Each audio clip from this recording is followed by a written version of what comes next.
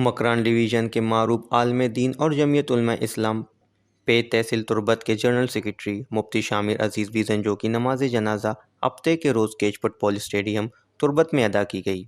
نماز جنازہ میں صوبائی مشیر بلوچستان نالا رشید دشتی، ماہر نفسیات ڈاکٹر تاج گچکی، یاسر بارام رند، مفتی عبداللہ بلوچ، مفتی حافظ عبدالباقی، مفتی سعید احمد سمیت دیگر علماء کرام اور مختلف مکاتب فکر کی نمایاں شخصیت کے علاوہ ہزاروں سوگوار نے شرکت کی۔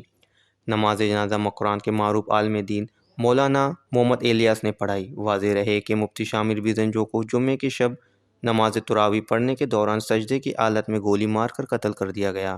گولی آگے جا کر پیش امام حافظ وقاص محسن کو لگی، جس سے وہ معمولی زخمی ہو گئے۔ اس المناک واقعے کے بعد ہر آنکھ اشک بار تھی اور لوگ گہرے دکھ اور افسوس کا اظہار کر رہے تھے کہ ایک عالم دین کو مسجد میں عین حالت سجدے میں قتل کر دیا گیا۔